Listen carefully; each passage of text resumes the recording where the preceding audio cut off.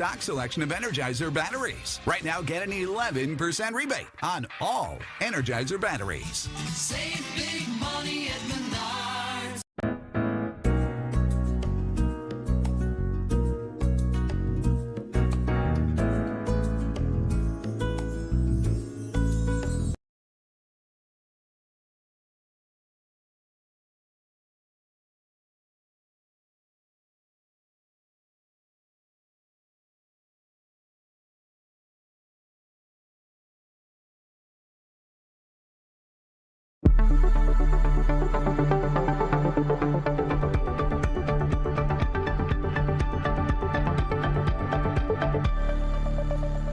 Hi again, everybody. Welcome to a Friday edition of Wisconsin Weather Experts, exclusively here on Fox Local, as well as our Fox 6 YouTube page.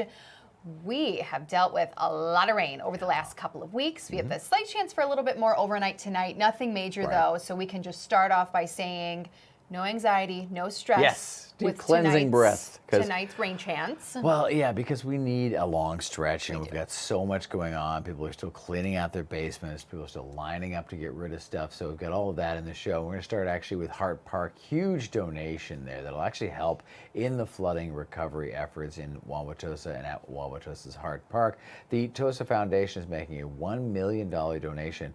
It'll be used to assist with repairs and restoration following this month's flooding. Hart Park sustained, of course, heavy damage to the stadium, to the softball field, the green space parking lot, equipment, vehicles, park facilities, you name it. The mayor says the donation helps, but it will take a lot more money to get the park fully restored.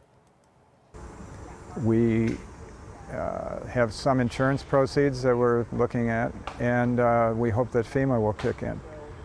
We're not exactly sure of the dollar amount. We have estimates in the multi-millions. Well, some more good news. Much of the park has now been reopened. The tennis and the volleyball courts will reopen next week, but the football field, you saw the turf was all bundled up like it was some sort of like throw pillow or something. That is going to be closed long term, unfortunately. Yes, and that football team will be playing elsewhere for this upcoming season. That visual is still so incredible to me, to see it bunched up like a blanket. Sure, it was just like squashed up and moved aside, and it just shows how strong that water can be. Yeah, absolutely. Well, one of the impacts of all the standing water we've had as of late, mosquitoes. My daughter already has a huge welt on her leg from yesterday. I've got a couple of places I'd like to right now. I know. Unfortunately, this could end up being a bit of a problem in the next couple of weeks. The water, of course, is gone, or maybe gone in spots, but the flooding left behind something else, and that is mosquitoes. Will White is the owner of Nexus Pest Solutions. He says they've seen an uptick in phone calls since Milwaukee was hit with the historic flooding. On those calls, he sees mosquito breeding sites are everywhere. White explains standing water is a breeding site for mosquitoes. He says tip over anything that might have standing water in it and inspect your property in places you might not think of. Never sleep on the gutters. You know, the gutters and then tree holes. We have mosquitoes here that like to breed in trees. Even those little bird baths? Yeah, exactly. Any little thing, the kids' toys out back, all that kind of stuff. Water tables. So the Wisconsin Department of Health Services says use insect repellent like DEET, wear long sleeves and pants that are looser fitting, and stay inside during peak mosquito activity hours. That is usually dusk and dawn. So hard to think about with how nice the weather is going to be into this upcoming week, but it is unfortunately one of the factors from some of all that standing water. Oh, for sure. And the long sleeves, at least it'll be easier to wear when it dips to 68 on Tuesday or Wednesday. So at least we've got that going for us. Of course, there's other aftermath that we're dealing with here, and as people do that, the schools are trying to clean up as well. It comes at a time when the new school year is just around the corner. Bruno Preciado tells us more on how it's being addressed. Fans, peeled off floors, empty classrooms, and busy crews are seen at Riverside High School in Milwaukee. Our engineers are right now on top of it and making sure that everything is, in order. Milwaukee Public Schools board member Mimi Reza says these schools are among the 22 campuses within the school district hit by the flooding. We're hoping that we are open by the 2nd of September. As it is, again, we're still trying to get more updates. Milwaukee schools aren't the only ones affected. This is the damage we are seeing here at Journeys Lutheran School in Hills Corners. They say they got several feet of water and are estimating about $1 million worth in damage. The building we had poured our hearts into was laid bare to the elements. Parts were damaged, some were broken, others were destroyed. This school says most of the damage will not be covered by insurance, leaving them in a difficult situation with the start of the school year just around the corner. We're hopeful that we will get the disaster declaration from the president and funds from FEMA. Representative Bob Donovan added he reached out to the governor's office for a possibility of relocating and using ARPA funds to help. We would hope, again, if it's at all possible, that that money or a portion of it could be reallocated for things like this. For now, these campuses hold on to the community support to move forward. Abril Preciado, FOX 6 News. Yeah, I got to get the kids back to school, but we have to do it safely. So all the best to the folks working on that. Let's shift our focus now to Hurricane Erin. It is moving away from North Carolina's coast now after spinning up some strong wind and some very dangerous surf along the Outer Banks. Just incredible video here. Wow. Just, very careful. I hope those folks were very, very careful. The Category 2 storm never made landfall in the United States, but did bring 20-foot waves and a flooding threat. But that flooding threat is not over either. As Erin moves north, multiple states are under coastal flood warnings. Waves could reach to 17 feet tall all the way to New Jersey, New York, and continuing up through Maine. New Jersey's governor declared a state of emergency. Sure, and I think that's where people might have gotten a little lax about this, is that they thought, oh, it's not coming ashore, we don't have to worry about it. Well, this storm was pushing enough water to overwash the areas that we're talking about right now. Yeah, there you go. It shows the power of the wind and the waves and that system, a massive storm. Yeah, and it's not even the rain that they're getting with it. They've seen a little bit, Right. but the flooding really is just from the storm surge. Right, yeah, the storm surge and, of course, the wind-driven waves crashing in along the shoreline there. Some spectacular pictures. Maybe not quite as spectacular as this picture behind me here. Yeah, I Look at geeked that. out a lot bit last night. I saw your looking at post on this. social media and geeked out right along with you. I probably sounded like Tom Walks a little bit. Just kidding. We love you, Tom. But yeah, check out our sunset last night. This was so cool. So the rays that you see in the sky, these are called anti-crepuscular rays. And basically we're seeing them because there was a very tall, very strong thunderstorm all the way out in western Minnesota, but it was tall enough, the tops of the storm, to actually block part of the setting sun when it was very low on the horizon, creating these shadows here locally. So cool. And we actually received a handful of viewer pictures as well. So here's another one. This was sent in from Brian. Over the water. I mean, how gorgeous is that? Wow. It almost looks like AI, in my opinion. Yeah, no doubt. Oh, goodness, it's not. I will That's specify. right. It's We have not, I confirmed it promise. is not. But also, just to show you that little storm. So this is radar paused at 8 o'clock yesterday evening. That cell was over 50 feet tall. So the cloud tops, I should say. Yeah, so 50,000 pretty feet. incredible. 50,000 feet? 50,000 feet, Yeah, yes. yeah. Thank you. No. So just incredible to see how strong that was, how long-lived it was, and how cool it made our sunset here Yeah, locally. no doubt. And look at how relatively small an area it is, and yet having that big of an impact that far away. Pretty impressive stuff. Nice catch. Way to geek out. Thank you. All right, now we got to geek out on the forecast because we have to get everybody ready for their weekend. Right, exactly. And so we can actually start with temperatures. We're going to warm up a little bit today, but then we're dropping big time heading into especially Sunday. So that is where we will start. Much of the state of Wisconsin, a little warmer than this time yesterday. So we are all going to experience, a bit more of a summer-like day as compared to the past couple where we have been a little bit below average. Not a huge jump in temperatures. We are more so looking at more of those upper 70s and low 80s. And parts of northern Wisconsin will be a little bit cooler because the rain is getting a little bit closer. We've also seen an increase in cloud cover already, even here in southern Wisconsin. So we are looking at more of a mostly cloudy sky for the second half of the day. Take a look at our temperature trend. Really no change in the extended forecast. We've been talking about this cooler air, this fall-like feel returning by Sunday, and it still is on track. Temperature today right around 80 and still pretty summer-like Saturday in the upper 70s, but then we see that big drop Sunday, especially Monday and into Tuesday, with temperatures beginning to climb Wednesday and late in the week, but still staying below average potentially all of next week.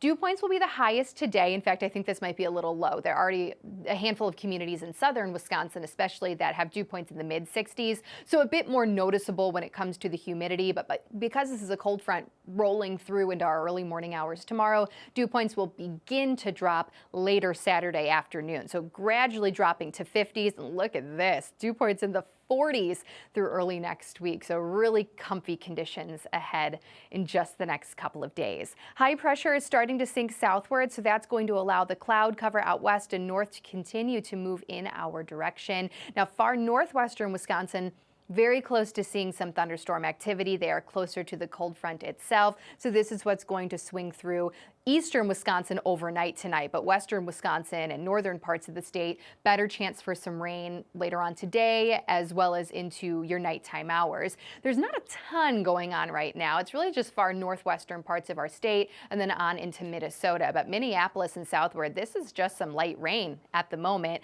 And that middle portion of the system that's moving eastward, a lot of that's going to fizzle in the next couple of hours. So we're not really in the sweet spot for any heavy rain, which is good news. Just a few hit or miss showers, maybe a rumble of thunder into our pre-dawn hours on Saturday. Then we dry things right back out. So the better chance for rain by far tonight and tomorrow morning going to be northern Wisconsin and then points towards the southwest of us. Still a little unsettled too across the southeast. There's a stationary boundary that's just continuing to bring in pretty much daily showers and thunderstorm chances to the southeast.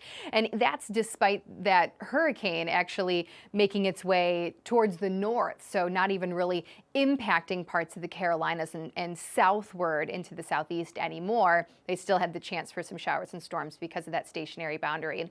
Back closer to home once again, as that front continues to move through northern Wisconsin, the better chance today to see some of those showers and storms. But we could still see a little broken line of some hit or miss showers through about 5 a.m. on Saturday here in southern parts of the state. Saturday morning, we'll continue to see some good sunshine up north, maybe just some scattered cumulus clouds. And then same with Sunday. You can still see just a little bit of cloud cover from time to time across northern Wisconsin. We in the south may see a little bit of that, more so again, those puffy cumulus clouds by Sunday afternoon, but it's still looking to be a pretty quiet weekend and a pretty comfy weekend. Speaking of that hurricane, again, it's continuing to pull out towards the east a little bit more, so really thankful for that. It is now down to a Category 1 storm, so it's finally beginning to weaken. Still going to bring some rough waves. We just talked about it, the higher waves all the way into Maine throughout the rest of the day today, but then improving by the weekend as it continues to move eastward. It's actually moving at a decent pace, too. It's picking up speed at about 28 miles per hour, so really by the end of the day today, this will not be an issue whatsoever to our area. And again, Category 1 storm, looks like it has max sustained winds of about 90 miles per hour. So we have just a slight chance for a few showers here locally heading on into our evening hours. Otherwise, quiet weekend forecast, and that goes for the east too as this hurricane starts to pull away from the area. That's the latest look at your regional weather. Why don't we take a quick look outside where we see more clouds building in at the moment, but a quiet Friday is still expected. We have more Wisconsin weather experts coming up.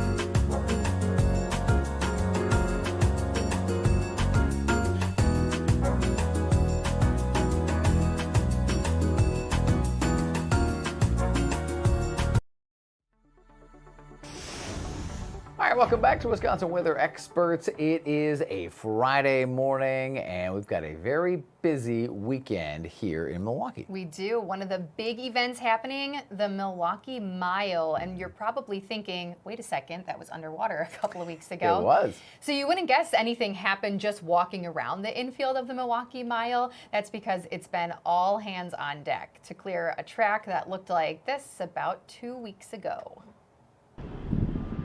Under sunny skies in West Dallas. It's been a lot. People worked through last weekend, which is tough. The oldest continuously operating speedway in the nation looks as good as new. Fresh paint, fresh signage, and fresh perspective from Wisconsin State Fair Park CEO Sherry Black. I think people are definitely getting worn out, but they're putting on a great face because they know how important this race is to us, and they want to make sure that we have a great event. It's quite the feat considering not 2 weeks ago, Nothing beats a Jet 2 holiday. the Milwaukee Mile was more reservoir than racetrack. I think the speed that the rain came and the amount of time, we just couldn't take that on here. It took 4 days for the water to move out. And now race teams and automakers are moving in for the Snap-on Milwaukee Mile 250. With little evidence of the historic flooding. So we did have inspectors come out to look at the track right away that Wednesday. They did not find any damage. We did have our engineer who actually did a comprehensive check on our tunnel last year, came back out, was able to compare that with previous notes, and was able to find that our tunnel is in good condition. Hoping history's made on the track this weekend the way it normally is. We're going to have a beautiful weekend, so where else would you want to be? It's such a popular event, too. Oh, for sure, yeah. Now, our crews did have the opportunity to talk off camera with team employees who were setting up tents and prepping cars. They told us they were stunned to see videos like we showed earlier in this, and they're happy that things are looking a whole lot better now. Yeah, I'm sure they're very relieved that all that hard work is done, and we'll get to put our best foot forward for the world watching that exciting race. Now, this isn't a race, but it's still pretty exciting. Yeah, vessels from all over the world left a North Sea coastal town in the Netherlands earlier this week to mark the beginning of Sail 2025. The festival coincides with Amsterdam's 750th birthday. Crowds lined the banks to watch the ships pass. Upon arrival in Amsterdam, each tall ship will be greeted with 2 cannon shots and its country's national anthem. Wow, that's really pretty cool. Yeah, not quite as high speed as the Milwaukee Right. Mile is going to be, but an incredible, spectacular sight right there. I love it. Love it too. All right, let's take another quick look outside as we take the break here. We will be back in about 2 minutes, and we will talk a bit about this blob, the blob that everyone saw on Lake Huron.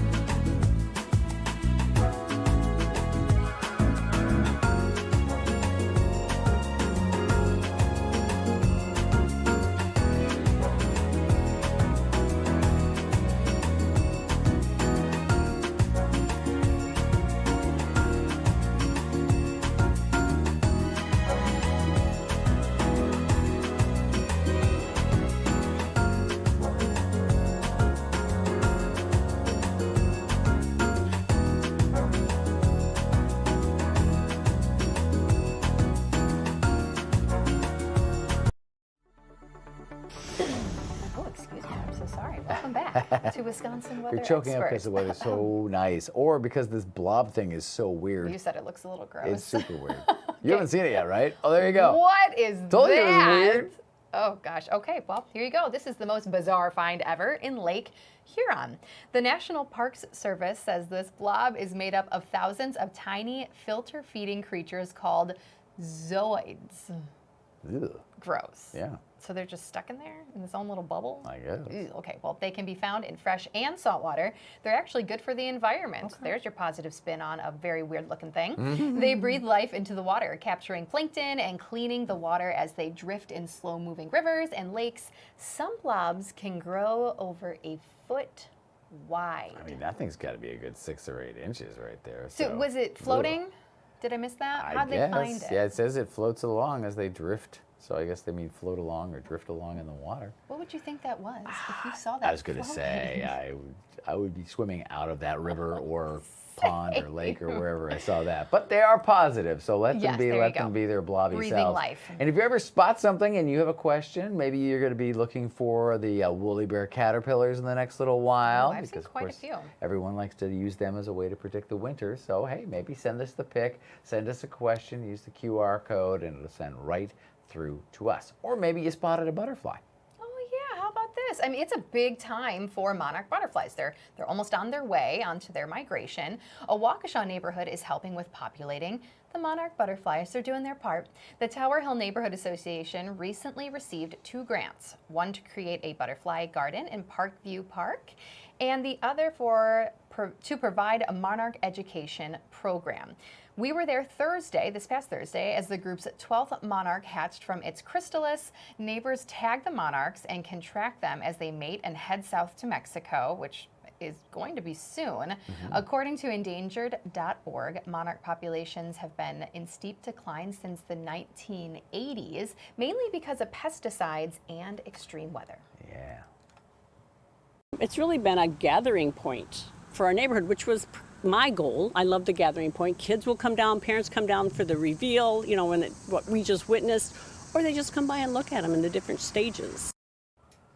So Parkview Park is located near Delafield and Madison Streets in Waukesha. Organizers say the enclosure was established with the help and blessing of the Waukesha Parks Department. Wow, there's such a beautiful butterfly. There's other events going on recently too, or locally rather. I received an email about an event happening in Tosa that's a pretty popular one too, the 17th annual Monarch Migration Celebration, as we just talked about. It is happening. It is. So this is happening on Saturday at 4 p.m. in Wauwatosa. Again, it's their 17th annual, so this is a pretty big event. There's music, you can see the monarchs, there's trail adventures, activities for kids, so don't miss out. And perfect weather for that, or anything outside, really. Yes, so many you're events absolutely going right. on. Speaking of monarch butterflies, we were actually speaking of monarch butterflies on the ISO Bar, the Highs and Lows of Meteorology, our regional podcast with myself and the chief meteorologists in Chicago and Detroit. Here's just a little clip. And just stumbled onto a great article about the migration of the monarch butterfly, which begins in mid-August. And I stumbled onto it and thought, you know, there's got to be a weather angle here. There's a massive weather angle here. These things are little meteorologists in and of themselves. Yeah, it's amazing how much of a connection the monarch butterfly has to the atmosphere, to air temperatures in particular. I mean, it's a massive migration. I mean, they're just tiny little things, and they're going to go all the way down to Mexico. Yeah, and okay, so Ben Handelman at night is now becoming a pro at this. He actually mentioned that it's the ones who are coming out of their chrysalis right now, almost the last ones. That actually do the migrating. Right, because they don't live very long in northern climates. Right. They'll live a lot longer when they get down to Mexico, and then they'll return, and then they'll start the whole life cycle all over again. It's just incredible to me. It brings you back to childhood, because I know I just witnessed a few come out of their chrysalis for the first time, I am telling you, since I was a kid. And it's just so fascinating, again, even as an adult, to see the entire process. When you've got little kids, it's time to get them to do it. I know, I agree. Get the caterpillar, get it all set up. Yeah. Just be gentle. Your girls, Oh, right, Your yes, girls are yes. so gentle, for sure. Yeah, so what a wonderful weekend for that. Go check out the Monarch butterflies. Lots of outdoor events, as we talked about. Mexican Fiesta. Yes, there are so many. The Milwaukee Mile, Mexican Fiesta. Taste of Egypt. Yeah, where's that one? That's down at the Coptic Church in Oak Creek. Oh, yeah, we very had them nice. in on Wake Up or Real Milwaukee, can't remember. And there's a lot of TV in a day. And they made the traditional dish of Egypt, and it was spectacular. They helped me make it as if I didn't really do much other than stir. But they helped me, and it was really tasty. And then is there a Sprecher event happening too? There's the Sprecher event because they turned 40. Right, so if you were born in 1985, you get a deal down at the Sprecher. Right. All the more reason to go, right? I mean, I certainly look like I was born in 1985, right? I love it. Well, it's going to be obviously another prime weekend in Milwaukee with so much going on. I know the Brewers are playing tonight, and this is a huge weekend for Bob Uecker, a celebration of life. That's on Sunday too. We could go on and on with all the events. So and the weather will be treating us very, very nicely with some comfortable conditions and no more heavy rain, at least for the immediate future. We'll be keeping an eye on it in the long range. You keep an eye on us. We'll meet you back here on Monday.